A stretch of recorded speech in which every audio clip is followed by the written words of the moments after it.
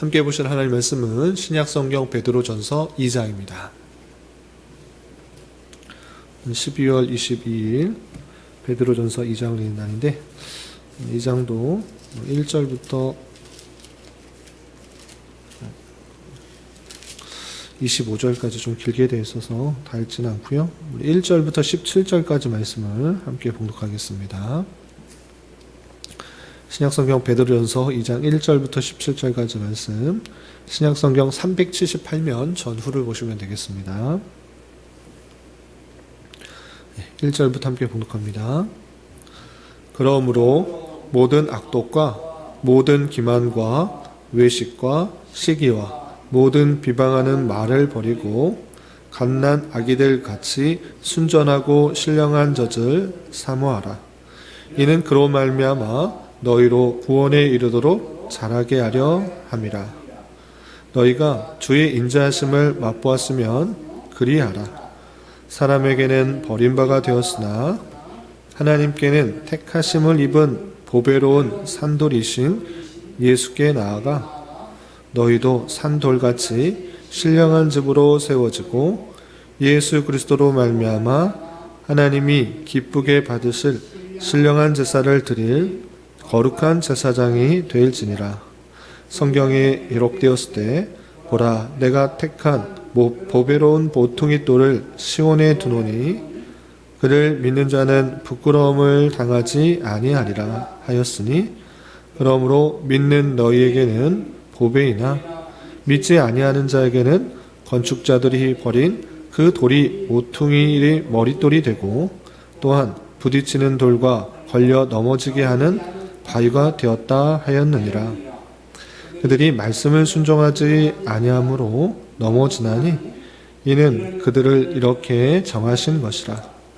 그러나 너희는 택하신 족속이요 왕같은 제사장들이요 거룩한 나라요 그의 소유가 된 백성이니 이는 너희를 어두운 데서 불러내어 그의 기이한 빛에 들어가게 하신 이의 아름다운 덕을 선포하게 하려 하심이라.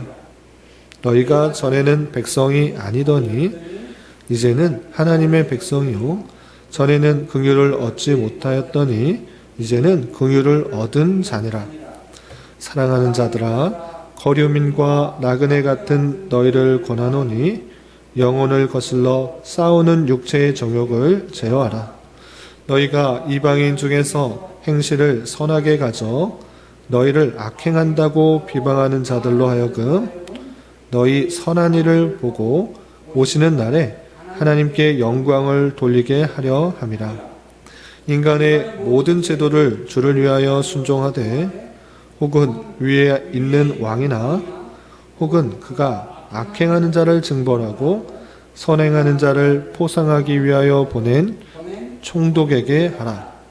곧 선행으로 어리석은 사람들의 무식한 말을 막으시는 것이라.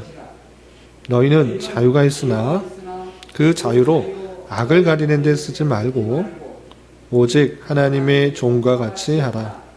뭇 사람을 공경하며 형제를 사랑하며 하나님을 두려워하며 왕을 존대하라. 아멘. 네, 감사합니다. 오늘 말씀 읽은 본문은 베드로전서 2장입니다. 우리가 어제 살펴봤던 베드로전서 1장에서는 하나님의 택하신 백성들의 정체성과 그들이 받은 은총, 은혜들이 무엇인지를 알려주고 그런 자로서 어떤 삶을 살아가야 되는지 여러 가지 교훈하는 말씀을 대하였습니다. 이어지는 2장에서도 하나님의 택하신 백성들의 정체성을 아주 잘 드러내는 그런 말씀을 할 뿐만 아니라 그런 자로서 이 땅에서 나그네와 같은 삶을 살 때 어떠한 자세로 살아가야 되는지 여러 가지 것들로 교훈하고 있는데 내용을 좀 자세하게 살펴보면서 도전받고 교훈받는 시간을 갖도록 하겠습니다. 우선 2장 9절을 보시면 베드로 전서의 아주 요절과 같은 아주 중요한 단어가 문장이 있습니다. 우리의 정체성을 잘 표현해주는 베드로 사도의 교훈인데 보시면 이렇게 되어 있습니다. 2장 9절 그러나 너희는 택하신 족속이요 왕같은 제사장들이요 거룩한 나라요 그의 소유가 된 백성이다 라고 표현하고 있습니다. 베드로전서 1장 1절에서 베드로 사도가 흩어져 있는 나그네와 같은 성도에게 이렇게 편지하노니 라고 했을 때 이곳저곳에서 흩어져서 살면서 하나님의 뜻을 순종하고 살아간다 하지만 여러 가지 핍박과 환난, 시련들이 있을 때 너희들이 나그네와 같은 삶을 사는 것이다 라는 것들을 알려주는데 단순히 정처 없이 이곳저곳 떠돌아다니는 그런 나그네로서의 그 모습만 있는 것이 아니라 너희들이 나그네 같은 모습은 있지만 정말 잊지 말아야 될 그 정체성을 다시 한번 이렇게 잘 가르쳐 주는 것입니다. 그건 무엇이었습니까? 너희는 택하신 족속이다 라고 표현했습니다. 하나님께서 택하신 족속이다 라는 그런 뜻인데 내가 하나님을 택하여서 구원받은 것이 아니라 하나님께서 우리를 택하여 주신 그런 족속이다 라는 것들을 다시 한번 알려주고 있는 것입니다. 이렇게 하나님께 택하심을 받아 하나님의 족속이 되었는데 또 어떤 또 특징이 있는가 계속해서 보시면 왕 같은 제사장들이다 라고 표현하고 있습니다. 왕일 뿐만 아니라 왕의 모습을 갖고 있는 제사장이다 라는 것인데 먼저 왕이라는 것은 다스리는 역할을 하는 것입니다. 성경에서 보면 우리가 하나님의 자녀일 뿐만 아니라 하나님께서 우리를 자녀로 삼아주실 뿐만 아니라 만국을 다스리는 왕과 같은 권세를 주신다라고 했기 때문에 왕이라는 정체성들을 잘 잊지 말아야 될 것이고 그리고 지금은 비록 여러 가지 핍박과 혼란 속에서 힘들고 어려운 그런 모습에 있지만 마치 왕자와 거지에서 왕자는 거지 같은 모습들로 여러 가지 일들을 그런 것들을 훈련하지만 결국에는 왕으로 될 것을 알면서 여러 가지 것들을 잘 배우고 익힌다라는 생각을 가지고 이 땅을 잘 살아가야 된다라는 것들을 알려주고 있는 것입니다. 예수 그리스도께서 우리를 통치하시고 또 예수 그리스도의 통치가 또 우리와 함께 그 통치를 이루어 가신다라는 그 일들을 기억하며 우리는 왕의 모습들이 있다라는 것들을 잊지 말아야 된다는 것을 알려주고 있습니다. 그리고 왕 같은 제사장이다라고 표현하고 있습니다. 제사장들은 무엇 하는 일입니까? 성소에서 제사 드리는 것, 거기서 그치는 것이 아니라 주님께로 나아갈 수 있는 그런 대표적인 사람이었습니다. 다른 사람들은 제사를 드릴 수가 없고 하나님의 존전에 나갈 수 없었으나 제사장들은 특별한 은혜를 입어 택함을 받아 그곳에서 하나님께 나아갈 수 있었던 존재인 것입니다. 마찬가지로 우리는 예수 그리스도의 보혈의 피로 주님 예수 그리스도께서 대제사장의 역할을 하셨기 때문에 이제 다른 것 필요 없이 담대하게 주님께 나아갈 수 있는 그런 자가 되었다라는 것을 기억해야 된다라고 표현하고 있습니다. 또 거룩한 나라요 그의 소유가 된 백성이다라고 표현하고 있습니다. 하나님의 거룩한 구별된 나라일 뿐만 아니라 하나님의 소유된 백성이다 나오는 것입니다. 큰 나라, 큰 나라의 한 백성이라는 것은 자부심인 것입니다. 조그만 나라의 그런 백성이다라고 쓸 때는 나라가 나에게 해주는 것이 없기 때문에 나라가 나에게 무슨 도움을 주겠느냐라고 생각하면서 나라에 어떤 도움을 바라지 않을 것입니다. 그러나 거대한 나라, 큰 나라의 한 백성이다, 한 국민이다 라고 할 때는 자부심이 있는 것입니다. 세계 어느 나라에 가서도 나는 어느 나라 사람이다 라고 항상 자부심과 긍지를 가지는 것입니다. 그런데 우리는 하나님의 나라, 하나님의 통치를 받는 그런 나라일 뿐만 아니라 그의 백성이다 라는 것들을 알려주고 있는 것입니다. 이렇게 베드로 사도는 흩어져 있지만 비록 힘이 없고 부족해 보이고 시련과 환난 속에서 그렇게 나그네와 같은 삶을 하는 여러 성도들에게 다시 한번 그들에게 정체성을 알려줌으로 힘있고 또 굳건하게 믿음을 잘 가지도록 이렇게 표현하고 있는 것입니다. 이렇게 하나님께서 정체성을 주셨는데 그것에서 또 덧붙여서 이렇게 표현하고 있습니다. 이런 정체성을 가지고 있는데 그것은 너희를 어두운 데서 불러내어 그의 기이한 빛에 들어가게 하신 이의 아름다운 덕을 선포하게 하려 하심이라 그랬습니다. 정체성을 알려준 이후에 이렇게 하신 이유가 무엇이냐, 이런 정체성을 주신 이유가 무엇인가 라고 할 때 이것은 너희를 어두운 데서 불러내어 죄와 비참 가운데 있는 그 모습 속에서 불러내어 기이한 빛에 들어가게 하신, 천국으로 인도하게 하신 이 그 하나님의 아름다운 덕을 선포하게 하려 합니다 라고 표현하고 있습니다. 기독교의 핵심 사상은 내 힘과 내 정성과 내 선과 내 의를 쌓아서 신을 만족시켜서 구원받는 것이 아닌 것입니다. 우리는 죄와 비참 가운데 영원히 하나님의 그 공의를 만족시킬 수 없는 그런 죄인, 영원한 비참 가운데 있는 그런 사람이지만 하나님의 택하심을 받아 오직 하나님의 은혜로서 구원을 받아 하나님의 자녀가 되고 그의 백성이 된 것, 왕같은 제사장이 된 것입니다. 우리의 공로는 전혀 없는 것이고 하나님의 은혜만이 드러나는 것입니다. 이와 같이 어두운 데서 불러내어 그의 기이한 빛에 들어가게 하시는 이 그 아름다운 덕, 하나님의 놀라운 긍휼, 하나님의 놀라운 자비, 하나님의 놀라운 은혜를 선포하게 하려 하십니다 라는 것입니다. 내 열심으로 구원받는 것이 아니고 내 선으로 구원받는 것이 아니고 내 어떤 것으로 구원받은 것이 아니라 오직 하나님의 선택하심과 하나님의 은혜와 자비로 구원받았다는 것을 알고 그것을 선포하게 하는 것이 하나님의 뜻이다라고 하는 것입니다. 오직 하나님께만 영광을 돌리는 자로서의 모습이 잘 드러나야 된다. 이렇게 우리의 정체성과 우리의 사명을 잘 표현하고 있는 것입니다. 이 말씀이 아주 중요한 말씀인데 여기서 더 끝나지 않고 베드로 사도는 그럼에도 불구하고 우리가 이 땅에서 만나게 되는 다양한 상황 속에서 어떠한 삶을 살아가야 하는지 다양하게 교훈하고 있는 것입니다.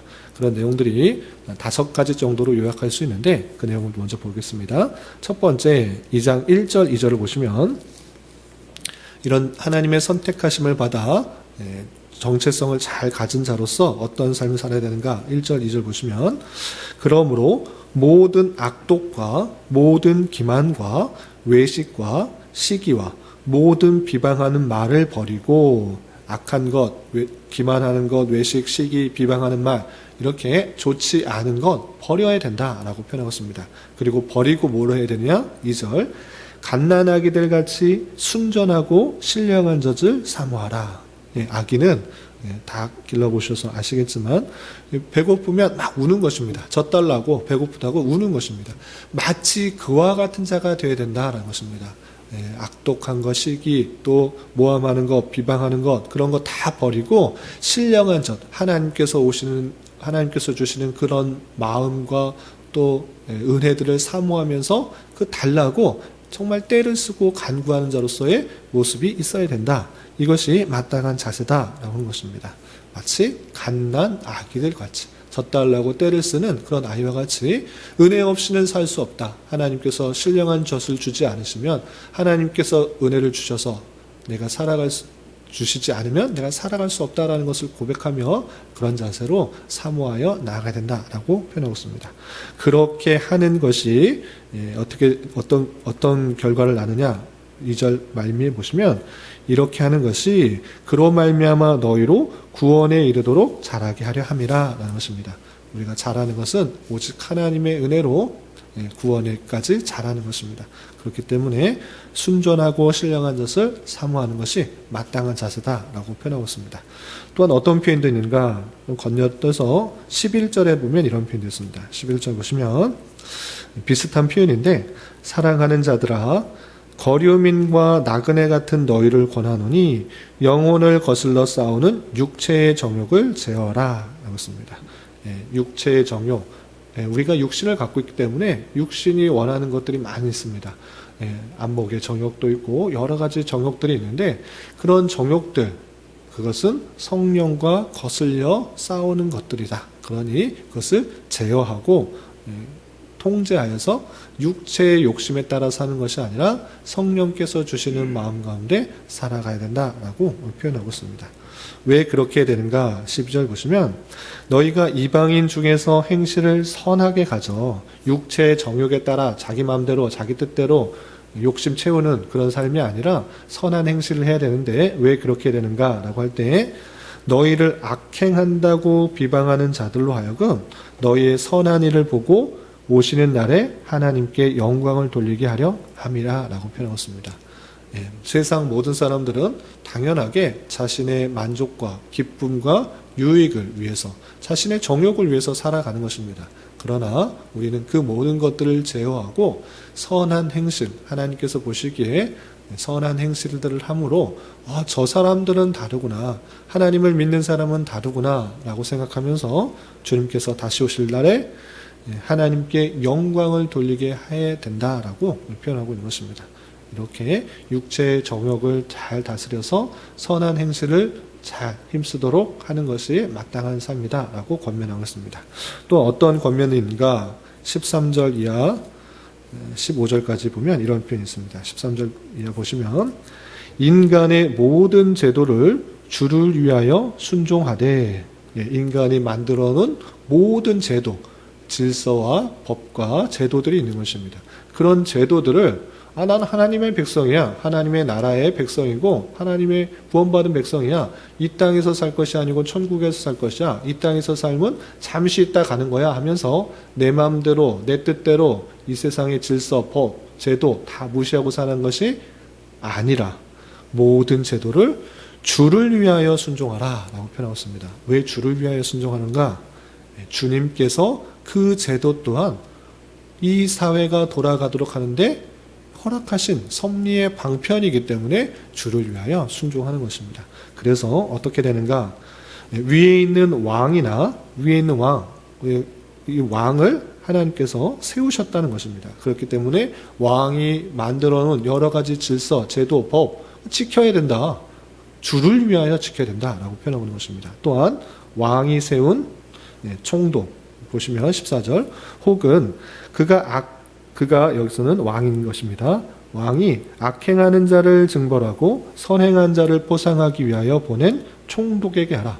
왕에게도 당연히 송독하고, 왕이 모든 나라를 다스리지 못하니까 세계 곳곳에, 지역 곳곳에 총독을 세우지 않았냐. 총독 세워가지고 선을 행하는 자는 포상하고 악행하는 자는 징벌하기 위해서 총독 세웠는데, 당연히 왕에게도 복종하면 총독에게도 복종해라. 하나님께서 그 권세를 세우신 것이고 질서를 세운 것이기 때문에 마땅히 그것을 순종해야 된다라고 표현하고 있는 것입니다. 15절 보시면 곧 선행으로 어리석은 사람들의 무식한 말을 막으시는 것이다 라고 하면서 하나님께서 우리의 선한 삶을 살아가게 하기 위해서 더욱더 그런 제도와 질서 또 권세자들을 주었다라는 것을 기억하면서 믿는 자들로서는 위에 있는 권세에 복종하는 것, 그것이 마땅하다 이렇게 표현하고 있는 것입니다. 그리고 16절에서 보시면 너희는 자유가 있으나 그 자유로 악을 가리는 데 쓰지 말고 오직 하나님의 종과 같이 하라 했습니다. 우리는 예수 그리스도를 믿음으로 말미암아 모든 죄가 사라졌습니다. 어떠한 죄도 정죄함을 받지 않는 것입니다. 왜? 예수 그리스도께서 그 모든 죄의 책임을 지셨기 때문에, 죄의 값을 치르셨기 때문에 우리는 어떠한 것도 하나님으로부터 정죄함을 받지 않는 것입니다. 그런 자유가 주어진 것인데, 우리에게 있는 자유, 그 자유를 내 멋대로 사용하지 말라라는 것입니다. 자유가 있을 때 악을 가리는데 쓰지 말고 하나님의 종과 같이 선을 행하는 데 더욱더 힘쓰고 또 순종하는 데 더욱 힘쓰는 그런 자가 되어야 된다라고 표현하고 있습니다. 그리고 17절에는 이런 표현도 있습니다. 묻 사람을 공경하며 형제를 사랑하며 하나님을 두려워하며 왕을 존대하라. 이웃과의 관계에 있어서 어떠한 자세로 살아야 되는가를 잘 표현해 주고 있는 것입니다. 묻 사람들, 여러 사람들을 공경하고 형제들을 사랑하고 하나님을 두려워하는 마음으로 왕을 존대하는 것, 그 권위를 인정해 주는 것, 그것이 마땅한 이 땅에서의 성도의 자세다라고 표현하고 있는 것입니다. 그리고 마지막으로 한 가지 더 표현하고 있는데, 이렇게 하나님의 백성으로서의 정체성을 가지고 다양하게 선을 행하고 육체의 정욕을 제어하며 모든 질서와 권세들을 존중하며 살아갈 때 항상 기쁜 일만 있는가? 그렇지 않다. 이렇게 선을 행하는데도, 하나님의 뜻을 행하는데도 다양한 어려움과 환난들이 있다. 그런데 그런 어려움을 있을 때 누구를 생각해야 되는가? 그것은 다름 아니라 그 길을 먼저 가신 예수 그리스도를 생각하며 우리 또한 그 뒤를 따라가야 된다라고 18절 이하 25절까지 잘 설명하고 있는 것입니다. 내용을 보시면 이렇게 되어 있습니다. 18절 사환들아 범사에 두려움으로, 사환은 나그네 또는 성도를 뜻하는 것입니다. 범사에 두려움으로 주인들에게 순종하되 선하고 관용하는 자들에게만 아니라 또한 까다로운 자들에게도 그리하라. 종들, 사환들, 너는 평소에 두려움으로 지내야 되는데 선하고 관용한 자, 착한 주인들에게, 착한 권세자들에게만 그렇게 행하는 것이 아니라 그들은 당연히 그렇게 하는 것이고 까다로운 자들에게도 그리하라 라는 것입니다. 뭐 할 때마다 위에 있는 사람들이 왜 그렇게 하냐? 까탈스럽게 하고 또 까다롭게 하고 핍박하고 조롱하고 무시하는 그런 권세자들에게도 잘 순종하라. 두려워하는 마음으로 잘 순종하고 따라라 라고 표현하고 있습니다. 그러면서 덧붙여서 19절에 부당하게 고난을 받아도 난 착한 일을 하고 선한 일을 하는데 계속 까다롭게 하고 핍박하고 탄압하고 그렇게 할 때에도 어떻게 되느냐? 하나님을 생각함으로 슬픔을 참으면 이는 아름답다. 내가 선을 행하는데 핍박받는 거 그거 하나님 보시기에 아름답다 생각한다라는 것입니다. 그런데 20절 죄가 있어서 매를 맞고 참으면 무슨 칭찬이 있으리요? 죄를 짓고 잘못해서 그 위에 있는 권세자가 까다롭게 하고 핍박하고 탄압하는 것 네가 잘못하고 있어서 그렇게 되는 건 별 의미가 없다. 죄가 있어서 매 맞고 참으면 칭찬이 없지만 내가 선을 하고 올바른 일을 하는데 위에 있는 권세가 까다롭게 하고 핍박하고 탄압한다. 그것은 하나님께서 선하게 보신다라는 것입니다. 그래서 결론적으로 이렇게 표현하고 있습니다. 선을 행함으로 고난을 받고 참으면 이는 하나님 앞에 아름다우니라. 선을 행할 때 다양하게 핍박과 탄압과 어려움도 있을 수 있다. 이 땅에서 삶이 다 그런 것이다. 그러나 하나님께서 선하고 아름답게 본다는 사실을 잊지 말며 살아가야 된다라고 표현하고 있습니다. 왜 그러한가? 왜 그런 삶을 살아야 되는가? 그것은 다름 아니라 예수님께서 그러한 삶을 보이셨고 이 땅에서의 성도의 삶이 그러한 삶을 거치면서 더욱더 연단되고 하나님의 백성과 같은 모습으로 빚어져 가기 때문이다라는 것들을 밝히고 있습니다. 그래서 누구를 보여주는가? 예수 그리스도의 모범을 보여주는 것입니다. 그래서 21절 보시면 이를 위하여 너희가 부르심을 받았으니 이렇게 선을 행하면서도 고난을 참고 또 견디도록 부르심을 받았으니 그리스도도 예수 그리스도도 너희를 위하여 고난을 받으사 너희에게 본을 끼쳐 그 자취를 따라오게 하셨느니라. 주님께서 그 모습 보이지 않았냐? 너희도 나와 같이 선을 행하면서 당하는 부단한 고난들 그것을 길이 참고 견디도록 부르셨다. 이것들을 알려주고 있는 것입니다. 주님께서 어떤 일을 하셨습니까? 22절 그는 죄를 범하지 아니하시고 예수님께서는 죄가 없다라고 분명히 인정받으셨습니다. 그럼에도 불구하고 그 앞에도 또 거짓이 없으시면서도 불구하고 욕을 당하시되 맞대어 욕하지 아니하시고 고난을 당하시되 위협하지 아니하시고 오직 공의로 심판하시는 이에게 부탁하시며 친히 나무에 달려 그 몸으로 우리의 죄를 담당하셨다. 주님께서 죄가 있었느냐? 없지 않느냐? 그럼에도 불안하게 욕도 당하시고 맞기도 하시고 고난 당하셨는데 주님께서 능력이 없으셔서 그를 물리치시고 위협하시고 처벌하시지 않으신 것이 아니라 그 모든 것들을 다 감당하셨다. 하나님의 뜻을 이루시기 위해서 감당하시지 않았느냐? 너희도 그 본을 보여서 그 자취를 따라오도록 십자가를 지는 삶을 살아가도록 그렇게 하신 것이다. 이렇게 알려준 것입니다. 그래서 이렇게 하신 이유는 24절 우리로 죄에 대하여 죽고 의에 대하여 살게 하려 하심이라.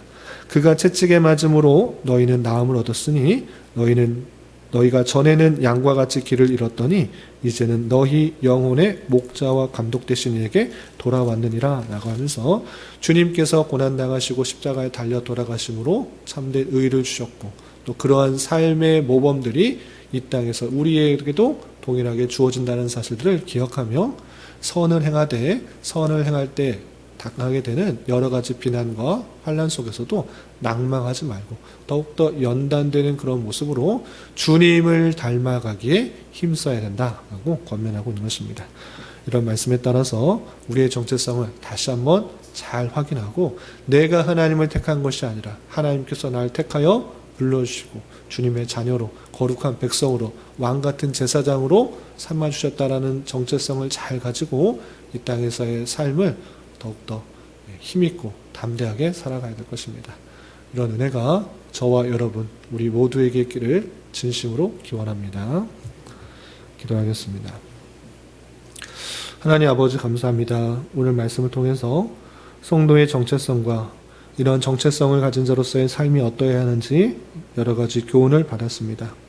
이런 말씀을 대하는 자로서 하나님께서 오직 선하신 뜻 가운데 우리를 택하여 주신 것에 대한 참된 감사와 찬송이 있게 하여 주시고 우리의 죄와 연약함에도 불구하고 하나님의 은혜로 우리를 구원하신 놀라운 덕을 온전히 선포하게 하여 주시며 이제 왕같은 제사장이 된 줄 알아 육체의 정욕을 제어하여 갓난 아기들과 같이 순전하고 신령한 젖을 사모하게 하여 주시고 형제를 사랑하며 모든 제도와 권세를 존중하며 선을 행하게 될 때에 때때로 만나게 되는 다양한 고난과 조롱과 손해에도 주님의 십자가를 생각하며 잘 감당할 수 있는 자 되게 하여 주시옵소서.